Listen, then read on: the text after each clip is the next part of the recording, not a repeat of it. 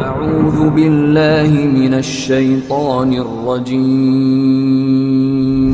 بسم الله الرحمن الرحيم.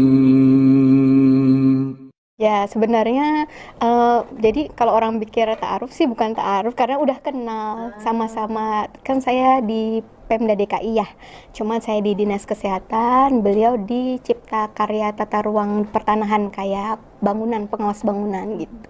Nah kami itu satu komunitas lari gitu, ada Pemprov DKI Jakarta Runners gitu. Cuma memang kan kalau di lari ya lari aja gitu, udah selesai ya bubar gitu kan, nggak ada omongan pribadi atau gimana-gimana tuh nggak ada gitu. Nah sampai beliau itu Kadoro udah ditinggal istri meninggal itu 2018. Jadi sekitar 5 tahun ya menduda gitu.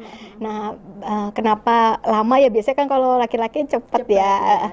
Itu justru karena beliau mikir bukan mencari istri sebenarnya, nyari ibu buat anak-anaknya. Dan beliau sebenarnya mencarinya itu yang nggak punya anak supaya bisa fokus ke anak-anak beliau yang 4 orang. Targetnya begitu? Iya, jadi kalau pun kenal dengan saya atau segalanya, saya pun merasa aman aja karena saya pikir nggak mungkin modus karena juga nggak masuk kriteria gitu kan.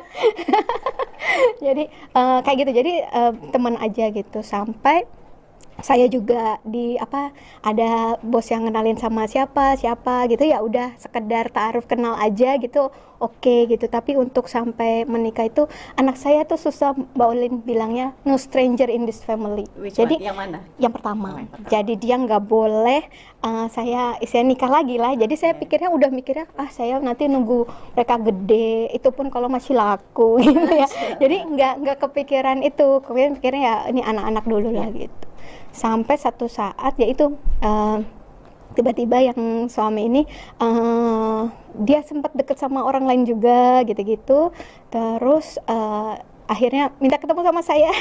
Minta ketemu itu dia bilang kok aku tuh udah kenal sosok kayak kamu, kata dia gitu, tapi kok aku malah dekatnya dengan yang standarnya begini gitu kan, kenapa aku nggak sama kamu aja ya, kata dia.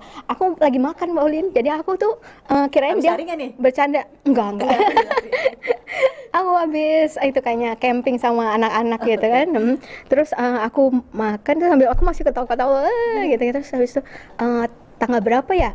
Kalau tanggal kan serius, aku baru berhenti makan. Iya. Baiknya kapan ya gitu kan. Terus ini beneran. Aku pikir masih bercanda-canda juga kan. Itu Februari kan. Kalau bisa sih sebelum Ramadan ya, kata dia, supaya Ramadan tuh kan udah bareng-bareng, kata dia gitu. Ramadan kan Maret, bentar lagi ya, bulan depan gitu, nggak nyampe sebulan gitu kan. Terus nggak bisa, saya bilang, saya mau diberangkatin umroh yang mau berangkat umroh. Yang batal itu? Bukan. 12 Maret itu saya kayak mau ada travel umroh yang mau jadiin saya kayak nanti sharing-sharing di sana gitu ya. Saya ada 12 Maret itu saya gitu. Kalau 12 Maret umroh berarti Jumatnya tinggal tanggal 3 sama 10 ya. Maunya Jumat? Mau Jumat. Udah tinggal 2 tanggal. 2 minggu berarti ya Mbak Ulin? Ini lucu ya. Udah. Terus ini mah berarti serius ya ke tanggal kan. Saya itu sama dia kenalnya tuh bercanda-canda doang. Jadi nggak pernah lihat muka beliau tuh serius. Kalau yang kenal beliau tahu beliau tuh kayak nggak pernah kelihatan seserius itu. Yang kayak matanya ke atas terus kayak menahan nangis gitu. Jadi ini orang serius ya. Nanti kalau ke rumah ada mama saya ngomong ya, kata dia gitu kan. Ya udah ngomong aja, paling mama udah tidur, aku pikir gitu. Ternyata sampai rumah mama yang buka pintu, jadi langsung ngomong juga gitu. Ini lebih flash daripada flash. Flash banget. Sama mama juga masih digodain, sama karena kan udah kenal ya, pernah kirim apa segala macam. Terus bercandain sama mama ada 5 kali nanya. Jadi boleh nggak Oma sama Ica gitu.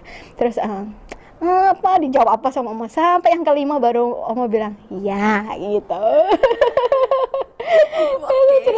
Nah yang tantangannya kan ya itu ke adik-adik, ipar sama anak-anak kan gitu. Kita yang mungkin kita oke, tapi yang mereka enggak kan kita jadi nggak jadi ya Mbak Ulin. Tapi ya itu alhamdulillah, kalau mungkin ya jodoh ya itu Allah yang mudahin jalannya. Yang saya pikir adik ipar saya akan berkata boleh nikah tapi anak-anak jangan sampai jadi ikut Islam. Itu enggak. Saat itu belum. Belum saat itu. Anak-anak Sampai belum saya nikah itu belum. Oh, Anak-anak itu. baik. Iya, saya memang dari saya syahadat sampai itu saya nggak paksakan anak-anak untuk masuk Islam gitu, biar ketika itu mereka yang minta. Walaupun gitu. si Dede ya, Iya. maksudnya Dede kan masih bisa Iya. dikendalikan sama Iya. dokter, enggak juga. Enggak gitu. Ketika mereka tanya, saya jawab, saya jelasin, memperkenalkan iya, tapi memaksakan itu enggak. Udah sampai ipar saya pun yang saya malah mungkin saya pikir akan takut itu akan keluar dari mulut dia, justru dia yang berpikir bahwa kita harus legowo ketika anak-anak ikut Kak Ica gitu. Udah lewat satu, anak-anak nih gimana? Besok mau ketemuan keluarga pertama kalinya, anak-anak belum saya omongin itu. Jadi pada Isya saya kumpulin anak-anak. Saya itu cara manage waktu yang sedemikian rupa. Iya, itu dia. Itu, nah itu gimana? Besok udah mau ketemu keluarga jadwalnya. Gimana ya? Aku kumpulin anak-anak, terus aku bilang, nah ada yang propose mami, dia pengen make us happy, aku bilang gitu. Menurut kamu gimana? Aku udah tahu dia pasti akan jawab begitu ya. Terus dia ternyata dia nggak jawab itu, dia nanya siapa? Dia tanya dulu kan. Selama ini Mbak kalau ada yang kirim sesuatu ke rumah, itu aku nggak boleh makan, aku nggak boleh pakai. Sama si kakak? Ya, dan ada yang buat mereka juga enggak dikasih ke orang. Gitu kan.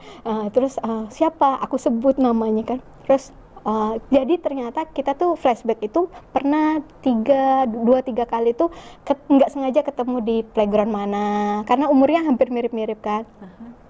Waktu aku sebut nama beliau, terus dia langsung ingat anaknya itu ada 4 gitu. Terus dia langsung malah gini, mau dapat 7 siblings, kata dia, jadi 7 gitu kan.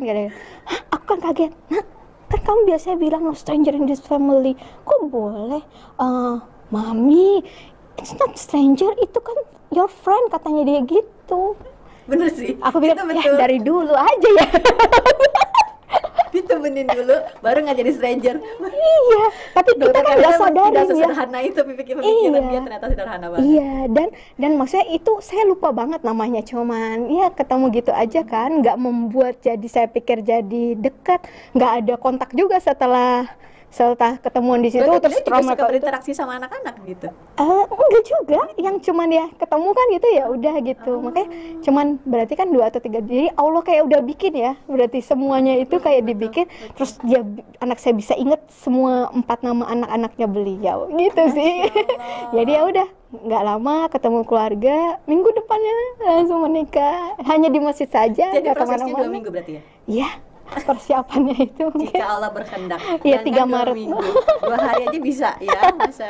Jadi Allah di dunia Allah sudah kasih kenikmatan manisnya dokter memeluk Islam, beristiqomah, ahlul istighfar, ikhwan dan itu yang saya ambil dari pribadi seorang dokter Aisyah. Mudah-mudahan jadi ibroh buat kita semua dan pengingat. Dan sudah sedikit lagi kita berada di penghujung waktu. Jadi saya salah. Saya tuh mendengarkan dokter bercerita sampai Masya Allah, seperti pokoknya sinetron-sinetron yang ada di televisi lewat ya. Ini luar biasa terjadi dan dokter mengalami, saya membayangkan tahadus bin nikmah, dokter sangat bersyukur. Kemudian pasti pada saat perjuangan ketika ingin benar-benar istiqomah memeluk agama Islam itu terbayarkan. Dan tidak lama jeda waktunya, dalam hitungan tahun dokter sudah mencicipi kenikmatan-kenikmatan Allah. Mudah-mudahan ini merupakan bentuk kasih sayang Allah kepada dokter dan keluarga. Dan kita tertular berkahnya dokter. Masya Allah, amin.